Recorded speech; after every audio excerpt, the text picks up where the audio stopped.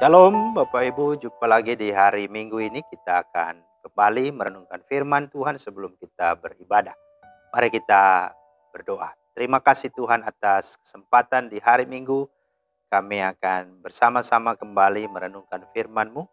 Kami mohon supaya Roh Kudus menuntun dan menerangi hati kami, agar kami memahami dan kami hidupi dalam kesehari-harian kami.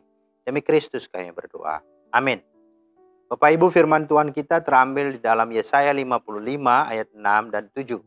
Carilah Tuhan selama ia berkenan ditemui, berserulah kepadanya selama ia dekat. Baiklah orang fasik meninggalkan jalannya dan orang jahat meninggalkan rancangannya.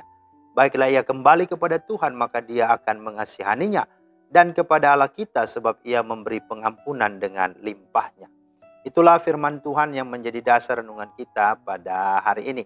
Nah, tema kita adalah beribadahlah, beribadahlah. Seandainya Tuhan bertanya kepada kita pada hari Minggu ini, berapa besarkah uang yang engkau dapatkan pada hari ini, sehingga engkau meninggalkan ibadahmu di gereja pada hari ini? Atau seandainya Tuhan bertanya seberapa besarkah sukacita yang engkau dapatkan pada acara arisan, pesta pernikahan, launching usaha atau bisnis baru? Atau seberapa besarkah sukacitamu yang engkau dapatkan dalam acara piknik liburanmu atau reuni teman-teman sekolahmu, sehingga engkau meninggalkan acara ibadah di gereja hari ini? Nah, pada hari Minggu kita sering mengutamakan acara-acara keduniawian daripada acara kerohanian yang harus kita hadiri. Padahal kita sering berkata, aku cinta Tuhan Yesus. Apakah kita benar-benar mencintainya jika kita tidak pergi beribadah? Jawabannya ada di hati kita masing-masing. Firman Allah berkata dalam Yesaya 55, 6-7. Carilah Tuhan selama ia berkenan ditemui, berserulah kepadanya selama ia dekat. Baiklah orang fasik meninggalkan jalannya dan orang jahat meninggalkan rancangannya. Baiklah ia kembali kepada Tuhan, maka dia akan mengasihaninya, dan kepada Allah kita, sebab ia memberi pengampunan dengan limpahnya. Perhatikan, ada dikatakan baiklah orang fasik, artinya orang yang belum mengenal Tuhan, disuruh kembali.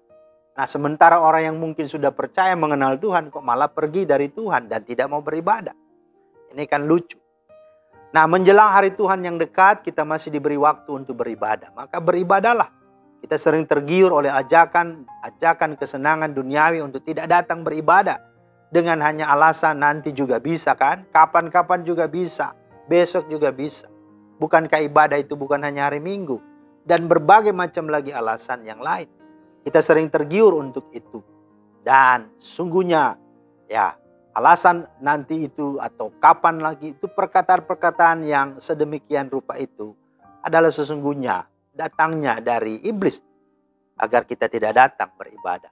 Ingat Ibrani 10, 19, 22 berkata, oleh darah Yesus kita sekarang penuh keberanian dapat masuk ke dalam tempat kudus, karena ia telah membuka jalan yang baru dan yang hidup bagi kita melalui tabir, yaitu dirinya sendiri. Ini mau kasih tahu kepada kita bahwa dahulu zaman perjanjian lama mau beribadah datang kepada Allah itu susah sekali. Tidak semudah sekarang. Itu ada ruang-ruang tertentunya. Ada pelataran luar, pelataran dalam, ada ruang kudus, ada ruang maha kudus. Dan semuanya ditutupi oleh tirai, oleh pemisah setiap ruang. Dan firman Tuhan katakan di sini, oleh darah Yesus kita sekarang penuh keberanian dapat masuk ke dalam tempat kudus, karena ia telah membuka jalan baru dan yang hidup bagi kita melalui tabir, yaitu dirinya. Artinya apa?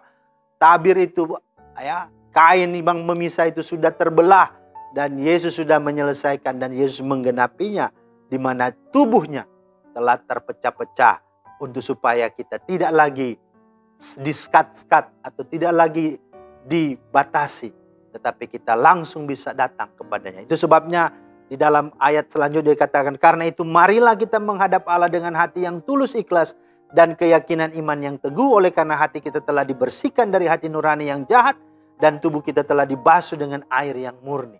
Saudara, kita sudah dikuduskan, disucikan. Itulah sebabnya kita sungguh-sungguh harus menyadari bahwa ini anugerah Tuhan dalam hidup kita. Maka mari dalam kesempatan ini kita sungguh-sungguh datang kepada Dia. Kita beribadah kepada Dia. Jangan mengeraskan hati kita dengan alasan-alasan yang menjauhkan kita dari ibadah. Firman Tuhan lagi-lagi berkata, carilah Tuhan selama ia berkenan ditemui. Berserulah kepadanya selama ia dekat. Ayat ini mengindikasikan bahwa selama masih ada kesempatan, Tuhan terbuka untuk kita temui. Karena itu carilah dia. Karena ada waktunya, ada masanya. Kita tidak bisa lagi mencari dia.